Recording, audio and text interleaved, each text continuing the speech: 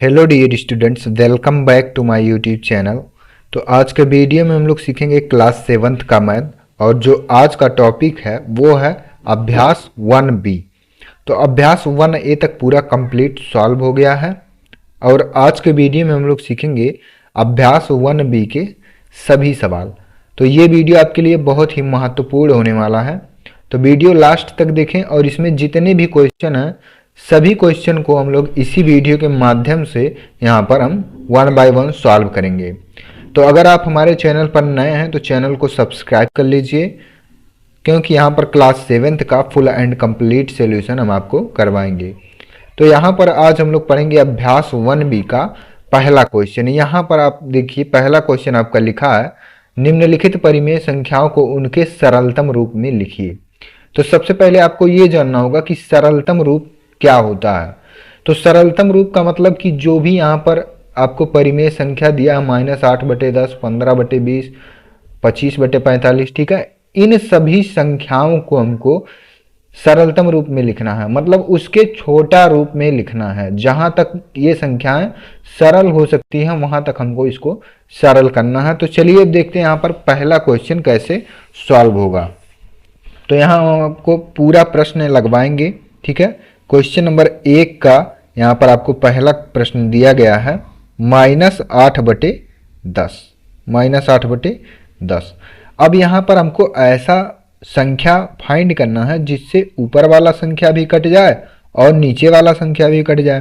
तो 2 से अगर इसको हम काट दें तो 2 चौके 8 और 2 पंचे 10। तो इसका सरलतम रूप यहाँ पर क्या आ गया, -4/5।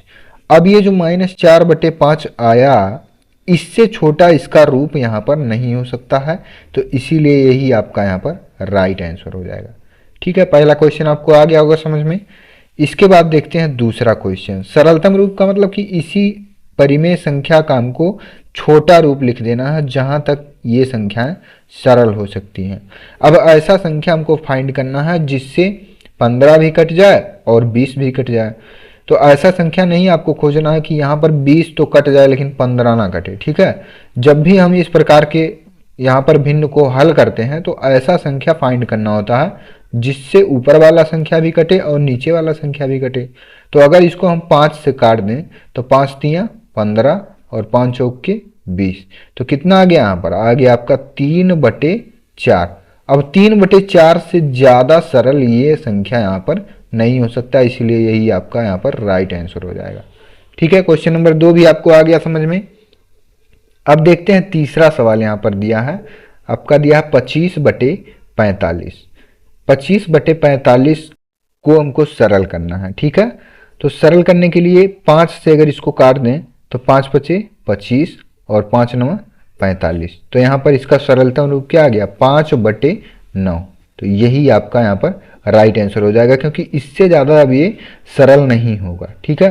तो यहाँ पर क्वेश्चन बहुत ज़्यादा कठिन नहीं है, बहुत ही आसान क्वेश्चन है। बस आपको यहाँ पर कॉन्सेप्ट सीखना है। कॉन्सेप्ट जब सीखे रहेंगे तो आप कोई भी सवाल कभी भी पूछा जाएगा आप उसका आंसर इजीली दे पाएंगे। लेकिन अगर क्वेश्चन को आप यहाँ पर रटेंगे तो गलत हो जाएगा, ठीक है।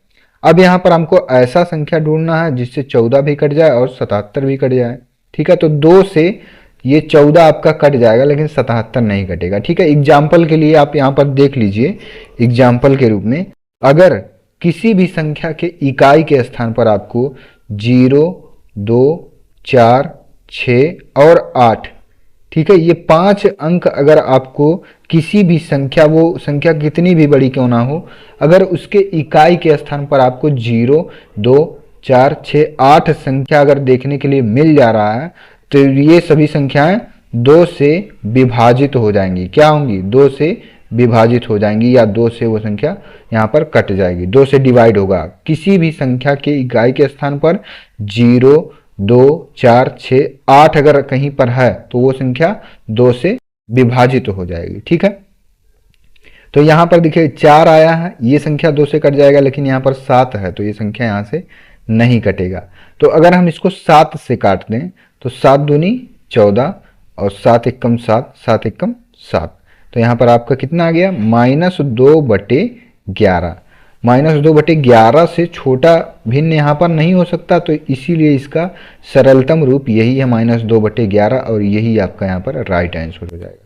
ठीक है, तो क्वेश्चन नंबर 1 आपका यहाँ पर कंप्लीट सॉल्व हो गया है। क्वेश्चन नंबर 1 में अगर आपको कोई भी डाउट है किसी भी प्रश्न में तो आप कमेंट बॉक्स में जरूर पूछ लेंगे। ठीक है, अब इसके बाद हम लोग देखेंगे क्वेश्चन नंबर 2। तो क्वेश्चन नंबर 2 यहाँ पर आपका दिया है संकेतों बराबर और बराबर नहीं है में से चुनकर रिक्त स्थानों को भरिए। ठीक है, तो यहाँ पर आपको दो प्रकार के चिन्ह दिए गए हैं, वो दोनों चिन्ह यहाँ पर क्या इंडिकेट कर रहे हैं इसको पहले यहाँ पर समझ लीजिए।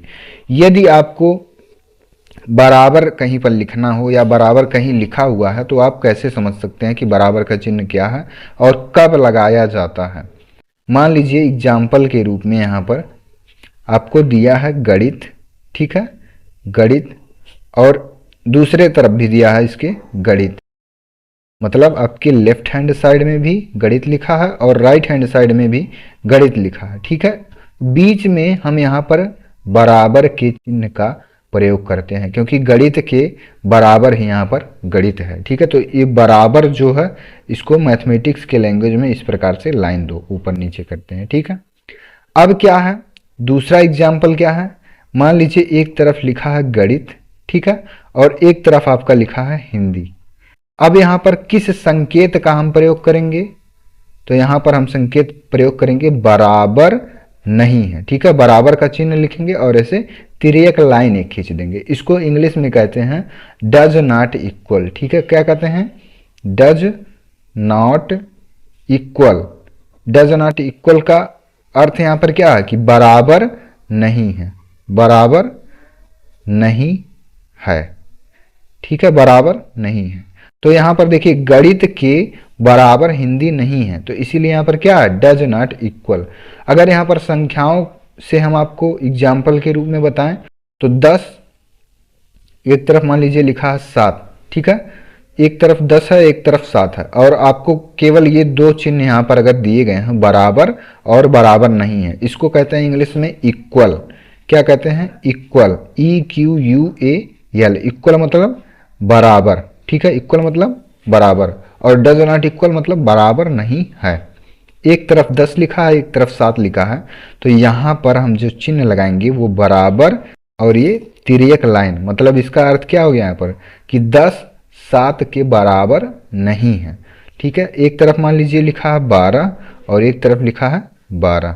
ठीक है, अब यहाँ पर कौन सा चिन्ह यूज करेंगे, तो यहाँ पर बराबर का चिन्ह यूज करेंगे क्योंकि दोनों तरफ यहाँ पर 12 है, 12 यहाँ पर भी है 12 यहाँ पर भी है। ठीक है, तो बराबर और बराबर नहीं है, ये चीज़ आपको यहाँ पर अब आ गया होगा समझ में।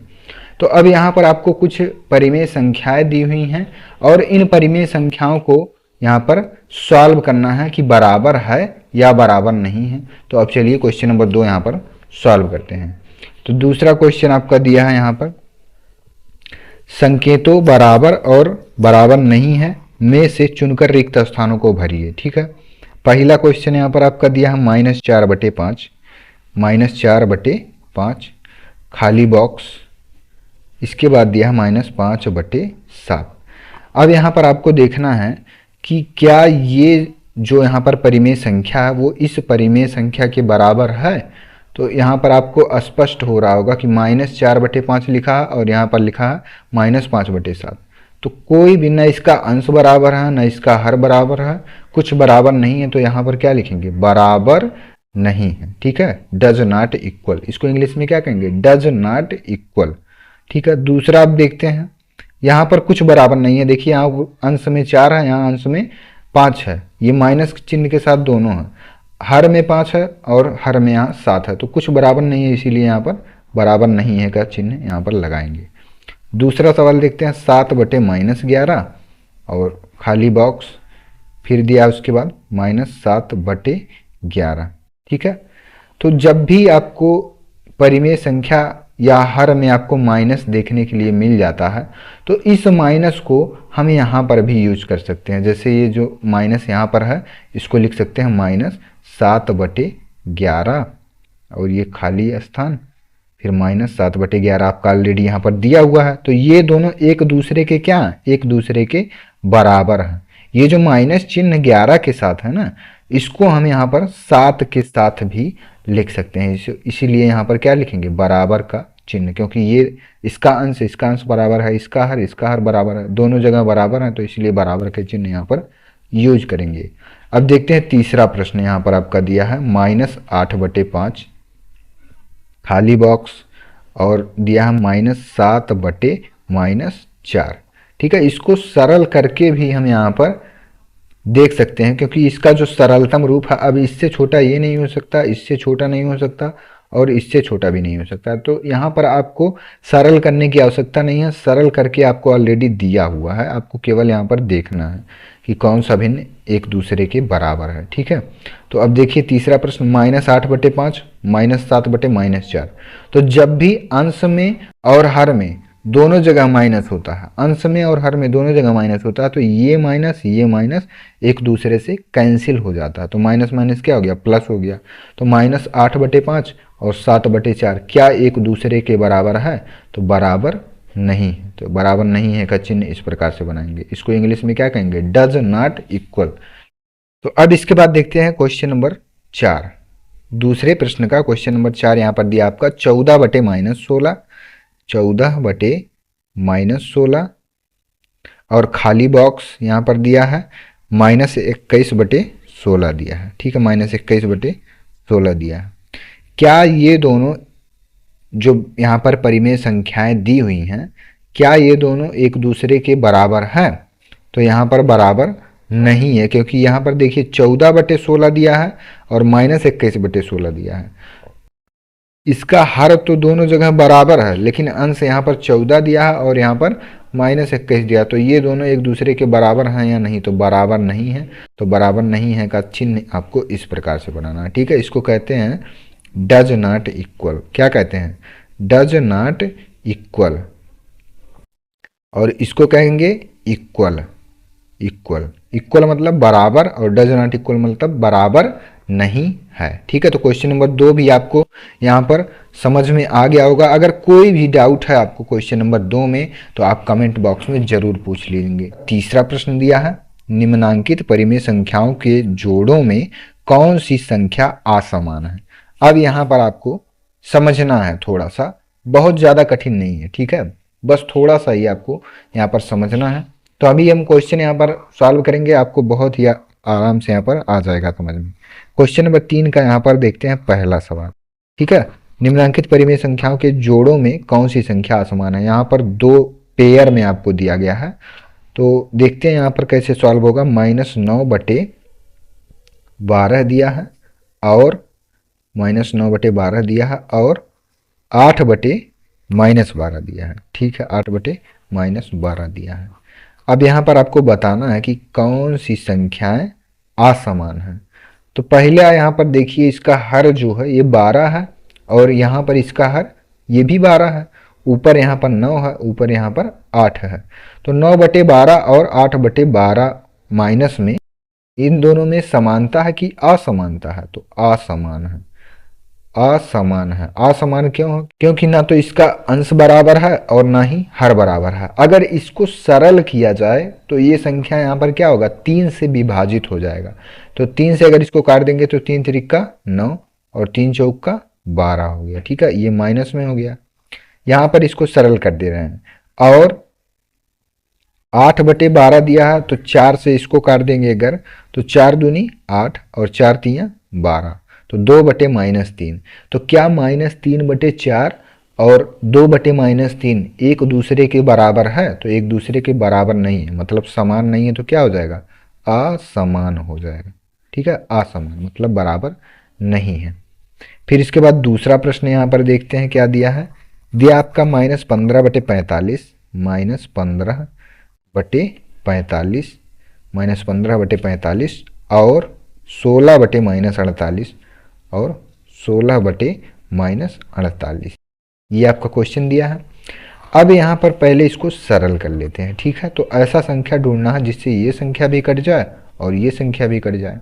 तो यहाँ से अगर 15 से डायरेक्ट इसको काट दें तो 15 एकम 15। ठीक है, ध्यान से देखिए, 15 एकम 15 और 15 तियाँ 45, ये हो गया, और ये माइनस का यहाँ पर चिन्ह लगाएंगे। फिर लिखा है और क्या दिया है 16 बटे -48, तो 16 से इसको काट देंगे तो 16 एकम 16 और 16 तिया 48, वो भी माइनस के साथ। तो अभी जस्ट क्वेश्चन नंबर 2 में आपको यहाँ पर दूसरा सवाल दिख रहा होगा 7 बटे -11 खाली बॉक्स -7 बटे 11, ये दोनों एक दूसरे के क्या हैं बराबर हैं। ठीक है, तो यहाँ पर इसका अंश 1 है, यहाँ पर इसका अंश 1 है, यहाँ इसका हर 3 है, यहाँ पर इसका हर 3 है, माइनस यहाँ, तो इस माइनस को हम यहाँ 1 के साथ भी लिख सकते हैं। तो ये दोनों एक दूसरे के क्या है समान है, मतलब बराबर है। ठीक है, फिर इसके बाद तीसरा क्वेश्चन देखते हैं। ठीक है, तो यहाँ पर आपको क्या करना है कॉन्सेप्ट सीखना है। क्वेश्चन यहाँ पर एक ही जैसा है, ठीक है, ज़्यादा कुछ कठिन नहीं है। -7 बटे 21 और -7 बटे 21 और 3 बटे -9, 3 बटे -9। अब यहाँ पर क्या है इसको भी हम सरल कर सकते हैं, मतलब विभाजित कर सकते हैं। 7 से अगर इसको काट दें तो 7 एकम 7 बटे 7 तिरिक 21, तो -1 बटे 3 आ गया। ये -7 था तो -1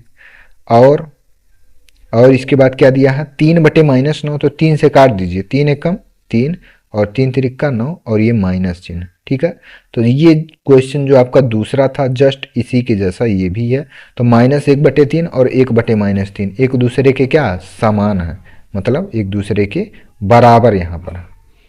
तो तीसरा क्वेश्चन यहाँ पर सॉल्व हो गया। अब इसके बाद देखते हैं तीसरे प्रश्न का चौथा प्रश्न यहाँ पर आपका दिया है और इसको सॉल्व करते हैं। -8 बटे -14 और 13 बटे 21 दिया है, 13 बटे 21। यहाँ पर अगर इसको हम माइनस माइनस कैंसिल कर दें तो इसके वैल्यू में कोई इफेक्ट नहीं पड़ेगा, क्योंकि माइनस ऊपर है माइनस नीचे है, अंश में भी और हर में भी माइनस माइनस कैंसिल हो जाएगा। ये किस में कन्वर्ट हो गया, ये पॉजिटिव रेशनल नंबर में कन्वर्ट हो गया।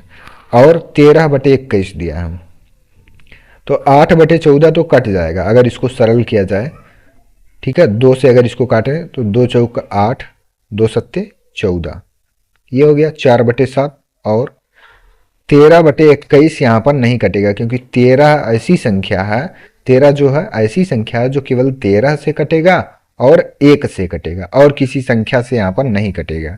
तो इसीलिए 13 बटे 21 को ऐसे लिख लेंगे। तो ये दोनों एक दूसरे के क्या है असमान है, मतलब एक दूसरे के बराबर नहीं है।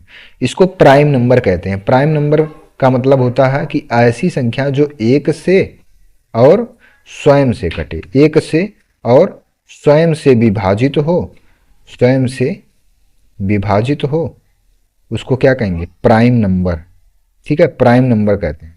1 से और स्वयं से जो भी संख्याएं कटती हैं उनको प्राइम नंबर कहा जाता है। तो तीसरा प्रश्न भी यहाँ पर आपका हल हो गया है। अगर कोई डाउट आपको है यहाँ पर तीसरे प्रश्न में कहीं पर भी, वैसे लगता नहीं है कि यहाँ पर कोई डाउट होगा, क्योंकि यहाँ पर आपको बहुत ही आसानी तरीके से बताया जा रहा है हर एक क्वेश्चन, तो कोई डाउट नहीं होगा। अगर इसके बाद भी आपको लगता है कि नहीं मुझे कोई डाउट है किसी भी प्रश्न में, तो आप कमेंट में क्वेश्चन नंबर यहाँ पर लिखकर आप पूछ सकते हैं कि किस क्वेश्चन में आपको कहाँ प्रॉब्लम आ रही है। अब इसके बाद देखते हैं क्वेश्चन नंबर 4 यहाँ पर लिखा आपका निम्नांकित परिमेय संख्या को संख्या रेखा पर निरूपित कीजिए। ठीक है, ये क्वेश्चन जो है आपका संख्या रेखा वाला, तो क्लास 6 में आप संख्या रेखा पढ़ चुके होंगे, तो बहुत आसान होता है संख्या रेखा। ठीक है, यहाँ पर हम आपको बहुत आसानी से संख्या रेखा बताएंगे कैसे आप संख्या रेखा बनाएंगे। तो निम्नांकित परिमेय संख्या को संख्या रेखा पर निरूपित कीजिए। तो इसके नाम से ही स्पष्ट हो रहा है संख्या रेखा, मतलब एक रेखा पर कुछ संख्याएं यहाँ पर आपको निरूपित करनी है। वो संख्या कैसे निरूपित होगा देखिए, क्वेश्चन नंबर 4 का यहाँ पर पहला सवाल कितना दिया है परिमेय संख्या 3/4। परिमेय संख्या किसे कहते हैं, तो ऐसी संख्या जो p बटे q के रूप में व्यक्त की जा सकती हैं उनको हम परिमेय संख्या कहते हैं। लेकिन कंडीशन भी इसमें दिया होता है कि इसका जो हर होगा डिनोमिनेटर वो कभी 0 के बराबर नहीं होगा, डज नॉट इक्वल 0। क्या इसका जो हर होता है हर 0 के बराबर नहीं होना चाहिए, तभी वो संख्या परिमेय संख्या होगा। तो 3/4 को क्या करना है, संख्या रेखा पर प्रदर्शित करना है। तो एक रेखा आपको खींच लेना है, ठीक है, एक रेखा आपको खींच लेना है इस प्रकार से। और संख्या रेखा अभी आपको यहाँ पर आसानी से आ जाएगा। जैसे अगर सामान्य संख्या दी हुई हैं, 10 दिया है, 20 दिया है, तो आप संख्या रेखा बहुत आराम से यहाँ पर बना सकते हैं। यहाँ पर इसका एक मुख्य बिंदु होता है, इस मुख्य बिंदु को हम हमेशा जीरो मानते हैं। क्या मानते हैं, जीरो मानते हैं। और जीरो के बाएं तरफ मतलब लेफ्ट हैंड साइड में सभी माइनस वाले संख्याएं आती हैं, माइनस इनफाइनाइट। तो इनफाइनाइट के अंतर्गत सभी संख्याएं आ जाएंगी। और जीरो के दाहिने तरफ प्लस इनफाइनाइट मतलब जितने भी संख्या पॉजिटिव में रहेंगे सब जीरो के दाहिने तरफ रहेंगे। तो जीरो आपका जो है ये मेन बॉर्डर है, ठीक है, मेन बॉर्डर के आपको बाएं तरफ निगेटिव वाले सभी मिलेंगे और मेन बॉर्डर के दाएं तरफ आपको पॉजिटिव वाले सभी संख्या यहाँ पर मिल जाएंगी। तो 3/4 आपका कैसा है, निगेटिव है कि पॉजिटिव है, तो पॉजिटिव संख्या है। पॉजिटिव संख्या तो आपको इस तरफ जाना है, दाहिनी तरफ। तो सबसे पहला जो पॉइंट यहाँ पर आपका बनेगा, यहाँ पर 3/4 के अनुसार ही हमको लिखना है। तो 3/4 कहाँ मिलेगा, 1/4 पहले मिलेगा। 0/4, 0/4 हम इसको लिख सकते हैं ना, 0/4 हो गया, 1/4, फिर इसके बाद 2/4, फिर 3/4 और 4/4।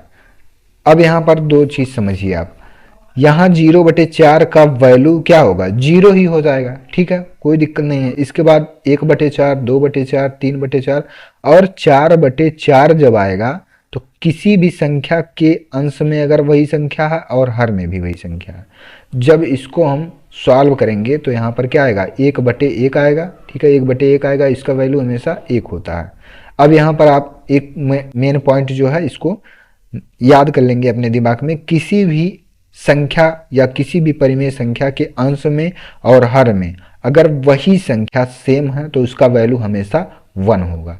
तो यहाँ पर 4/4 के प्लेस पे हम क्या लिख सकते हैं, 1 भी लिख सकते हैं, ठीक है। इसके बाद यहाँ पर आएगा आपका 1, ये आपका है 0, ठीक है, ये 0 और 1 के बीच में यहाँ पर आपको 1/4, 2/4, 3/4, 4/4, ठीक है। इसी प्रकार से यहाँ पर आपको समथिंग यहाँ पर आपको मिलेगा 2, फिर इसके आगे यहाँ पर आपको मिलेगा 3, ठीक है। लेकिन हमको यहाँ पर केवल 3/4 तक ही जाना है, तो इसीलिए यहाँ तक ही आपको संख्या रेखा बनाना है, ज़्यादा बनाने की आवश्यकता नहीं है। तो 0 से स्टार्ट करेंगे इस प्रकार से, और 3/4 जहाँ रहेगा यहाँ पर लाकर आपको इस प्रकार से मिला देना है, ठीक है। 0 से स्टार्ट करेंगे और यहाँ से लाकर ऐसे मिला देंगे। इसमें एक काम और करना, आपको यहाँ पर तीर इस प्रकार से बना देना है, जिससे आपको पता रहे कि जो संख्या रेखा है वो 0 से स्टार्ट होकर और यहाँ से 3/4 पर यहाँ से स्टार्ट होकर और यहाँ पर जाकर क्या हुआ है, इंड हुआ है। अब ये चीज आपको आ गया होगा समझ में, तो बस यही काम आपको करना था, ठीक है। तो संख्या रेखा में आपका जो 3/4 है ये यहाँ पर सॉल्व हो गया है। अब इसके बाद देखते हैं दूसरा प्रश्न यहाँ पर दिया है 3/5, ठीक है, 3/5 दिया है। तो अब क्या करेंगे, 3/5 दिया है तो इसको कैसे सॉल्व करेंगे, देखिए 3/4 दिया है और यहाँ पर दिया है आपका 3/5, दूसरा प्रश्न में 3/5। तो यही काम आपको यहाँ पर भी करना है, एक लाइन खींचना है पहले, ठीक है। एक लाइन खींचने के बाद क्या करना है आपको, यहाँ पर 0.1 मान लेना है। 0 पॉइंट कहीं पर भी आप मान सकते हैं, और लेकिन ध्यान में रहे कि 0 के बाएं तरफ आपको नेगेटिव वाले सभी संख्याएं और 0 के दाहिने तरफ सब पॉजिटिव वाले सभी संख्याएं आपको मिल जाएंगी। अब यहाँ पर आपको क्या करना है, 0/5, 1/5, 2/5, ठीक है, ध्यान से समझिए इसको, 3/5, 4/5, 5/5। 5/5 को क्या लिख सकते हैं, 1 लिख सकते हैं। 0/5 को क्या लिख सकते हैं, 0। तो 0 यहाँ है, 1 यहाँ है और 2 जो है वो आपका यहाँ तक समथिंग आएगा, ठीक है। तो बस हमको यहाँ पर 3/5 से केवल मतलब है, 3/5 आपको यहाँ पर मिल गया, तो 0 से स्टार्ट करिए इस प्रकार से, और 3/5 जहाँ है यहाँ पर इसको ले जाकर मिला दीजिए और तीर आपको इस प्रकार से लगा देना है कि इसी डायरेक्शन में हम गए हैं और यहाँ से आपको इस प्रकार से बना देना है। ठीक है, तो संख्या रेखा यहाँ पर आपका बन गया 3/5 परिमेय संख्या का। ठीक है, तो ये चीज भी आपको आ गया होगा समझ में।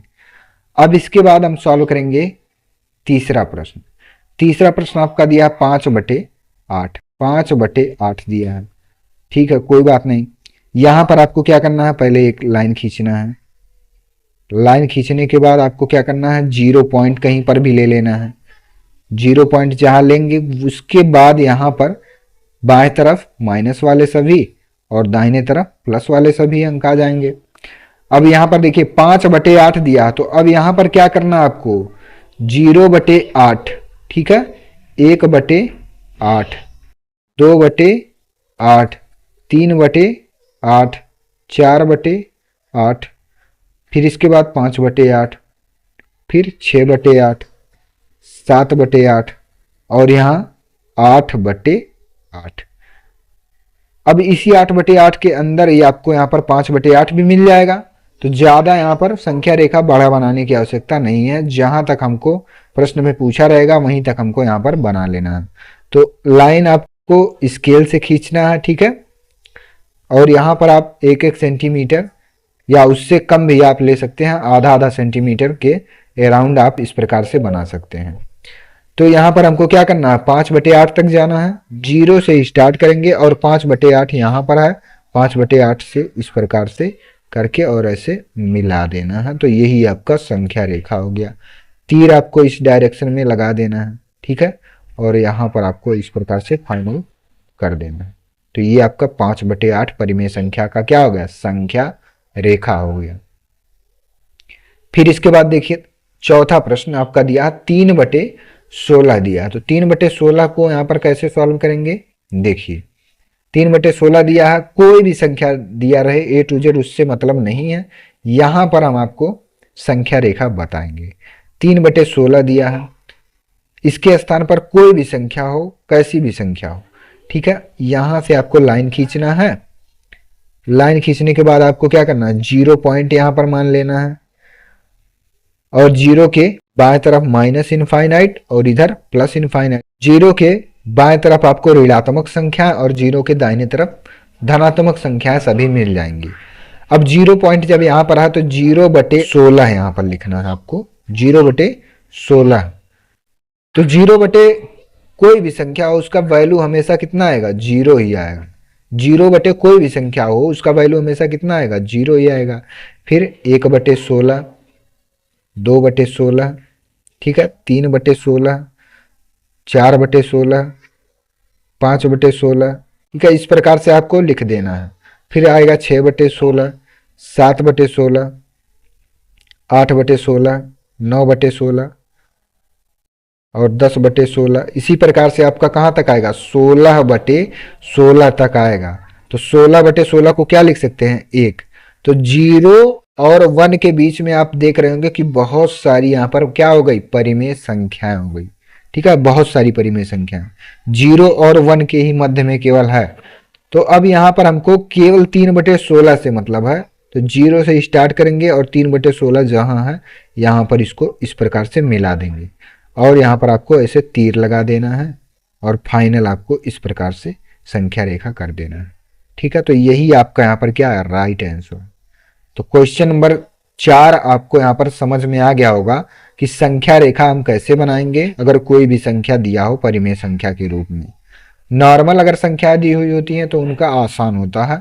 ठीक है, तो आसान ये भी है, कठिन कुछ नहीं है।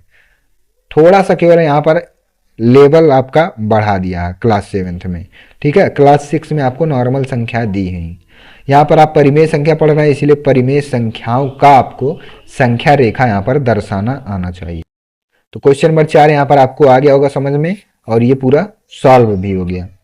तो क्वेश्चन नंबर 5 आपका दिया है, निम्नांकित परिमेय संख्याओं के जोड़ों में कौन असमान है। तो जैसे क्वेश्चन नंबर 3 था, निम्नांकित परिमेय संख्या के जोड़ों में कौन सी संख्या असमान है, सेम वही क्वेश्चन आपको क्वेश्चन नंबर 5 में भी दिया है।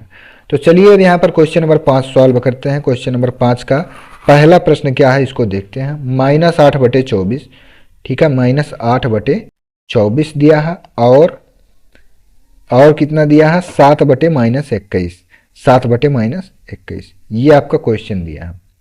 तो अब यहाँ पर चलिए इसको सॉल्व करते हैं।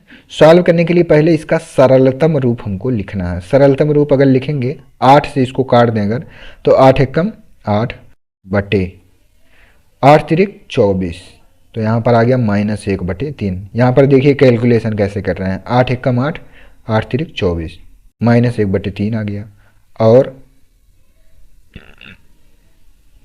7/-21 दिया है, तो 7 से इसको काट दीजिए, 7 एकम 7, 7 तिरिक 21, और ये माइनस में। तो अभी जस्ट कुछ देर पहले बताएं कि अगर माइनस इसके हर में है तो इसको अंश के साथ भी लिख सकते हैं, इसके वैल्यू में कोई प्रभाव नहीं पड़ेगा। तो -1/3 लिखा हो या 1/-3, इसका अंश 1 है, इसका अंश 1 है, इसका हर 3 है, इसका हर 3 है, तो ये दोनों एक दूसरे के क्या हैं, समान हैं। क्या हैं, समान हैं। ठीक है, तो यहाँ पर ये समान हो गया। दूसरा क्वेश्चन देखते हैं। असमान यहाँ पर आपको बताना है, तो -15/20, -15/20 और 25/-30, 25/-30, ये आपका क्वेश्चन दिया है। अब यहाँ पर क्या करना है आपको, इसको काट देना है 5 से, तो 5 तियाँ 15, 5 चौके 20, और ये -3 हो जाएगा।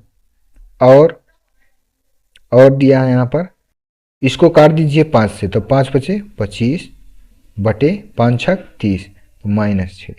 क्या -3/4 5/-6 के बराबर है, तो नहीं बराबर है, इसीलिए यहाँ पर लिखेंगे असमान है। क्या है, असमान है। इसका अंश इसके अंश के बराबर नहीं है, इसका हर इसके हर के बराबर नहीं है, तो कैसे समान होगा। तो दूसरा प्रश्न भी यहाँ पर सॉल्व हो गया। अब इसके बाद देखते हैं 5वें प्रश्न का तीसरा प्रश्न। यहाँ पर दिया है 0/-7, 5वें प्रश्न का यहाँ पर दिया है तीसरा।